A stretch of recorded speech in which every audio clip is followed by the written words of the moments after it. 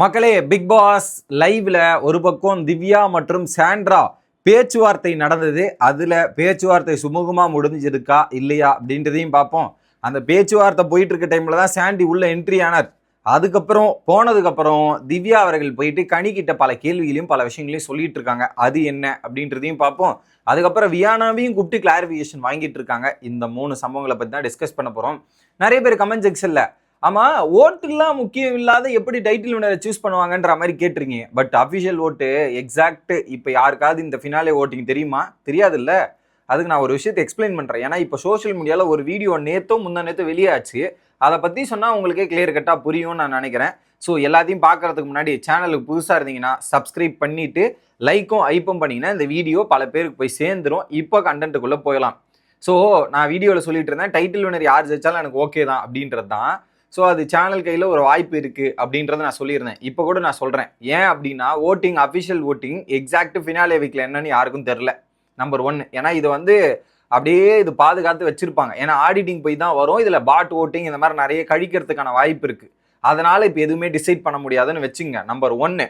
Number 2 என்னன்னா, 2 டேஸ்க்கு முன்னாடி எக்ஸ் வலைத்தளத்தில் இருந்தீங்கன்னா உங்களுக்கு தெரிஞ்சிருக்கும் தமிழ் கிளிக்ஸில் பாட் ஓட்டு போடுறாங்க எப்படின்றது. நீங்கள் போயிட்டு நார்மலாக என்ன பண்ணுவீங்க, நீங்கள் போய் ஒரு ஓட்டு போட்டு வந்துருவீங்க. ஒரு சிஸ்டமே உட்காந்துக்கிட்டு ஒரு 4-5 சிஸ்டம், ஃபார் எக்ஸாம்பிள் இப்போ ஒரு சிஸ்டம் அப்படி உட்காந்துக்கிட்டு என்னன்னா கண்டினியூஸாக ஓட்டு அடிச்சுக்கிட்டே இருக்காங்க.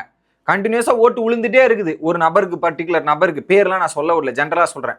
ஏன்ற நபருக்கு பர்டிகுலராக விழுந்துக்கிட்டே இருக்கு. ஓகே, ஏபிசிடியில் அந்த மாதிரி ஏபிசிடினா இப்போ அதில் ஏன்ற நபர் இருக்கா, அந்த நபருக்கு ஓட்டு விழுந்துக்கிட்டே இருக்கும். நீங்கள் போய் கிளிக் பண்ணி போகிறதாங்காட்டி அந்த கம்ப்யூட்டரில் கோடிங் போட்டு ஆட்டோமேட்டிக்காக ஓட்டிங் ஜென்ரேட் பண்ணிட்டு இருக்காங்க. இந்த மாதிரி ஒரு 5-6 பேர் உட்காந்துக்கிட்டு அந்த பர்டிகுலர் ஏ ஆப்ஷனுக்கு மட்டும் ஓட்டு போட்டாங்கன்னா எத்தனை பேர் ஓட்டு போட முடியும்னு பாருங்க. எத்தனை ஓட்டு ஆட்டோமேட்டிக்காக மக்கள் ஓட்டை விட கம்ப்யூட்டர் ஓட்டு போட்டு பர்சன்டேஜ் மேலே எடுத்துகிட்டு போய் வைக்கும். அப்படிதான் நடந்துட்டு இருக்கு. ஸோ தமிழ் கிளிக்ஸில் நடக்கும் ஓட்டுகளையும் நம்ப முடியாது அப்படின்றது தான். அதில் இது கூட இல்லை, ப்ளஸ் நம்பர் போட்டுலாம் பண்ணுற மாதிரி கிடையாது. நம்பர் போடாமல் நம்பர் நடுவில் வந்துச்சுன்னா நம்ம அந்த கேட்சை ஃபில் பண்ணுற மாதிரி வந்திருந்தீங்கன்னா நீ சொல்கிற பாயிண்ட் கணக்கு. இங்கே ஃபில்லிங்லாம் வரலன்றதால டேரெக்டாக ஆட்டோமேட்டிக்காக கோடு போட்டு ஜென்ரேட் பண்ணி யாரை வேணால் மேலே இருக்கலாம், யாரை வேணாலும் கீழே இருக்கலாம். அதே நம்பர்ஸ் தான் அஃபிஷியலில் இருக்கும்னு நினச்சிங்கன்னா ஒன்றும் பண்ணுறதுக்குல. அஃபிஷியலில் நிறைய விஷயங்கள் இருக்கும். அதுலேயும் ஆடிஷன் போவோம், பாட் ஓட்டு கழிப்பாங்க, இந்த மாதிரி நிறைய விஷயங்கள் இருக்குது. அதெல்லாம் மீறி அதில் ஈக்குவலோ கொஞ்சம் ஸ்லைட் டிஃப்ரென்ஸ் இருந்தால் அது சேனல் கையில் தான் ஆப்ஷன் இருக்குது அப்படின்றத ஓப்பனாகவே சொல்லிடுறேன். ஓகே, இது அந்த ஓட்டிங், இதுதான் அதோட விவரங்கள். ஓகே, இப்போ கண்டென்ட்ல திவ்யா வெர்சஸ் சாண்ட்ராவை பற்றி பேசுவோம். ஸோ திவ்யா வெளியே தான் கார்டன் ஏரியாவில் இருக்காங்க. சாண்ட்ரா தான் போயிட்டு கூப்பிட்டு வராங்க. அப்போ கூப்பிட்டு பிரஜன் தான் அந்த மைக் இஷ்யூவை கிளாரிஃபை பண்ணணும்னு நினைக்கிறாரு.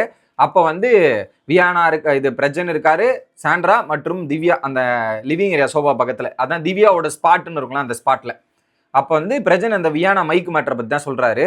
அப்போ ஒரு விஷயத்த சொல்கிறாங்க. ஓகே, அந்த ரிலேஷன்ஷிப்பை பற்றி, அந்த ரிலேஷன்ஷிப் தப்பு மேட்ரு என்ன கனி அந்த ரிலேஷன்ஷிப் ஒரு விஷயம் நடக்கல, அந்த ஒரு விஷயமா இருக்கட்டும், சுபியோட மேட்டராக இருக்கட்டும், இது எல்லாமே எடுத்துகிட்டு போய் தான் நான் பாத்ரூமில் பேசினேன். பாத்ரூமில் வியானாவும் இவங்களும் பேசியிருப்பாங்க. ஸோ அதில் சப்போர்ட்டாக வரல. ஏன்னா சுபிக்கு சப்போர்ட் கனி இருக்காங்க இல்லையா, அதில் எனக்கு ஆதரவாக நின்று இருக்கணும், ஒரு நியாயத்தின் அடிப்படையில் நின்று இருக்கும், அதை பேஸ் பண்ணி தான் நான் பேசினேன் அப்படின்றத இந்த இடத்துல சொல்கிறாங்க. அப்போ என்ன கேட்குறாங்க, அது ஓப்பனாக என்கிட்டே கேட்டுருக்கலாமே. திவ்யா என்ன கேட்குறான், ஓப்பனாக என்கிட்டே சொல்லியிருக்கலாமே, இதெல்லாம் பண்ணியிருக்கலாமே அப்படின்ற மாதிரி சொல்கிறாங்க. இல்லை, சுபி மேட்டர் கையில் அடித்ததுக்கு பிரச்சனை என் கேட்டல, அது மன கஷ்டமாக இருந்தது. அதனால தான் வியானா கிட்ட போய் பாத்ரூம் மோடில் சொன்னேன். அதுலேயும் துண்டித்தல் அண்ட் நீக்கலில் இவர் கொடுத்துட்டு அதுக்கப்புறம் ஒரு பிஹேவியர் சேஞ்ச் ஆயிருச்சு. ஸோ அது பிஹேவியர் சேஞ்சதுக்கு அப்புறம் பார்த்தீங்கன்னா எனக்கு ஒரு மாதிரி ஃபீல் ஆகிட்டு இருந்தது. அதுலேயும் ஐபேக்கில் ஒய்ஃபாக நான் தான் உனக்கு ஐஸ் கொடுக்க சொன்னேன். அந்த ஒரு விஷயம் வெளியே கன்வே ஆகலைன்னா அது வேற மாதிரி போய் ரீச் ஆயிரும்ல, தப்பான ஒரு ப்ரொஜெக்ஷன் ஆயிரும்ல அப்படின்ற ஒரு பாயிண்ட்டை வைக்கிறாங்க. நான் கண்ணு காமிச்சேன், அது தெரிலனா கூட எனக்கு பிரச்சனை ஆயிரும்ன்ற மாதிரி. அப்போ திவ்யா ஒரு தரமான ஒரு பாயிண்ட் அடிக்கிறாங்க. ஏங்க, நம்ம உறவுகள் மேலே நம்மளே நம்பிக்கை வரலன்னா அப்புறம் எப்படின்னு, நம்ம நம்பிக்கை வெளியே 1000 பேர் 1000 பேசுவான், நம்ம நம்பிக்கை வச்சிருக்கணும் இல்லைங்க அப்படிங்கிற மாதிரி தரமான ஒரு பாயிண்ட்டை பேசுறாங்க.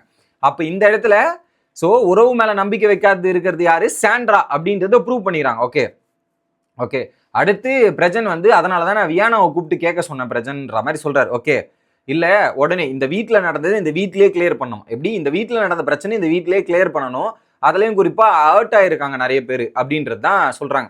அப்போ திவ்யா சொல்லிடுறாங்க, நான் உங்களை பற்றி எந்த இடத்துலையுமே தப்பாக பேசல, சாண்ட்ரா கிட்ட நான் எந்த இடத்துலையும் உங்களை பற்றி தப்பாக பேசல, ஆனால் நான் பேசினேன், ஏன் என் கூட பேச மாட்டீங்க, ஏன் என்னை அவாய்ட் பண்ணுறீங்க, அதை மட்டும் தான் நான் பேசியிருக்கேன் அப்படின்றத சொன்னோன்னே திரும்ப சாண்ட்ரா சொல்றாங்க, இல்ல ரொம்ப டென்ஷன்ல இருந்தேன், அதுதான் வந்து நீங்க வந்து கேட்கும்போது கூட அந்த மேட்டரை தனியா கேட்டிருந்தா ஓகே, குரூப்பா கேட்டீங்க அதான் எனக்கு ஒரு மாதிரி ஆயிடுச்சுன்னும் போது, நீங்க சபையில சொன்ன விஷயத்த சபையில தாங்க அட்ரஸ் பண்ண முடியும், தனியாலாம் அட்ரஸ் பண்ண முடியாது அப்படின்றத ஓப்பனா வந்து சொல்லிடுறாங்க.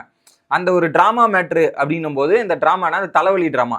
உடனே வந்து நீங்க தான் விக்ரம் கிட்ட போய் அந்த டிராமா மேட்டர் சொன்னீங்க, விக்ரம் வினோத் கிட்ட சொல்லியிருக்காரு, கனி கிட்ட சொல்லியிருக்காரு, எல்லார்கிட்டையும் டிராவல் ஆகிட்டு போயிருக்கு, என்ன அது அப்படின்னு கேட்கும்போது, இல்ல இல்ல நான் வெளியே போய் ஃபுட்டேஜ் பார்த்தேன், நான் வந்து என்னன்னா அந்த ஓல் சினாரியோ டிராமோன்றேன் அப்படின்னு சொல்றாங்க.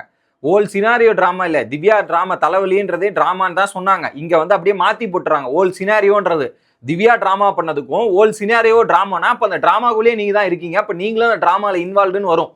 அதை அவங்க சொல்லாம அப்படியே திருப்புறாங்களாம். ஓகே, அப்ப என்ன பண்றாங்க, திவ்யா உடனே இன்னொரு பாயிண்ட் அடிக்கிறா வேலிடா. அப்போ வீக்கெண்ட் எபிசோட்ல விஜய் சேதுபதி சார் இப்போ என் மேல தப்பு இருக்கு, பார்த்து இருந்துக்கோன்னு சொன்னாரு. நான் உங்ககிட்ட தான் வந்து கேட்டேன், அப்ப நீங்க என் மேல தப்பு இல்லைன்னு சொன்னீங்க, அப்புறம் ஏன் சொன்னீங்க அப்படின்றத கேட்டோன்னே, இல்ல இல்லம்மா விஜய் சேதுபதி பாரு கூடயும் என்னையும் சேர்த்து உன்னையும் சேர்த்து சொன்னாரு, பாரு ஓகே உன்னையா சேர்த்து சொல்றாருன்ற மாதிரி யோசிச்சுதான் எனக்கு அந்த கன்க்ளூஷன் வந்தேன் அப்படின்றத சொல்றாங்க.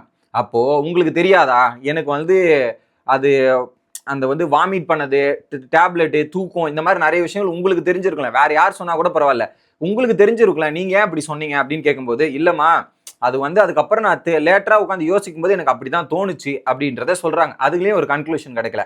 அதுக்கப்புறம் அந்த பாம்பு மேட்ரு, ரம்யா மேட்ரு போயிடுறாங்க.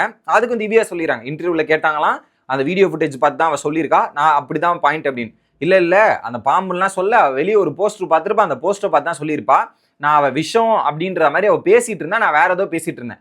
எப்படி விஷம்ன்ற டாபிக் பார்வதி ஓபன் பண்ணாங்களாம், மேடம் வேற ஏதோ டாபிக் பேசிட்டு இருந்தாங்களாம், அதனால நான் டீவியேட் பண்ணி விட்டேன் அப்படின்னு. இல்ல இல்ல உடனே திவ்யா சொல்லிடுறாங்க, என் எதிர என் ஃப்ரெண்டை பத்தி விஷம்னு சொன்னா நான் அதை பேச விட மாட்டேன், தட்டி கேட்டிருப்பேன், நீங்க அந்த இடத்துல கேட்டிருக்கணும், அது நீங்க கேட்காம விட்டது உங்களுடைய தப்புன்றாங்க.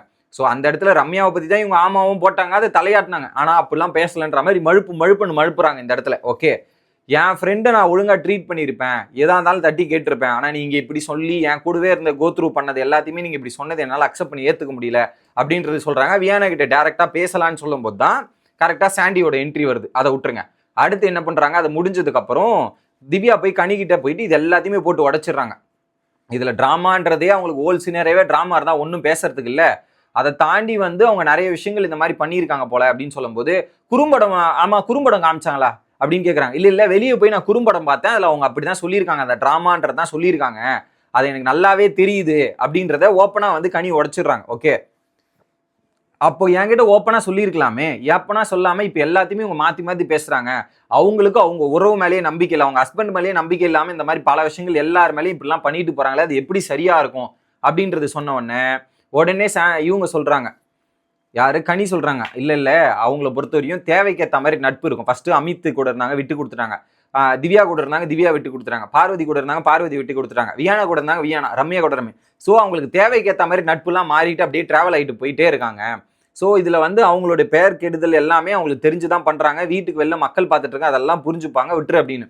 இல்ல அந்த உறவு மேட்டர்லாம் எப்படிக்கா இப்படி பேசுறாங்க, எப்படிக்கா இப்படி பேச மனசு வருது, என்னது இது எனக்கு புரியல. ஏன்னா அந்த உறவு மேட்டர், அந்த சினாரியோ இருக்குல்ல, இன்செக்யூரிட்டி, அதுல திவ்யாவை பத்தி இவங்க அப்படிதான் பேசியிருக்காங்க, இங்க மழுப்புறாங்க. அதை கனி ஒரு பர்ஸ்பெக்டிவ், கனி கிட்ட சொன்ன பர்ஸ்பெக்டிவ் சொல்லியாச்சு, இங்க திவ்யா கூட பர்ஸ்பெக்டிவ் ரெண்டுத்தையும் பார்க்கும்போது மேட்ச் ஆகல. அப்ப அந்த சினாரியோவே தப்பா தான் இருக்கு, அவங்க தப்பா தான் நினைச்சிருக்காங்கன்ற மாதிரி கம்ப்ளீட்டா வந்ததுக்கு அப்புறம் மக்கள் டிசைட் பண்ணுவாங்க, திவ்யா நீ ஃபீல் பண்ணாதன்ற மாதிரி சொல்லி முடிச்சிடுறாங்க.